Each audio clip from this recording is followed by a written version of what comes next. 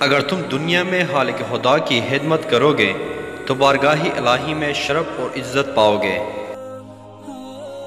پہلے اپنے آپ کو درست کرو، پھر تم کوئی برائی نہ کرو گے۔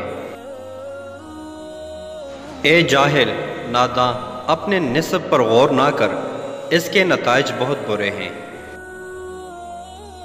ہندو اور مسلمان ایک ہی خدا کے بندے ہیں۔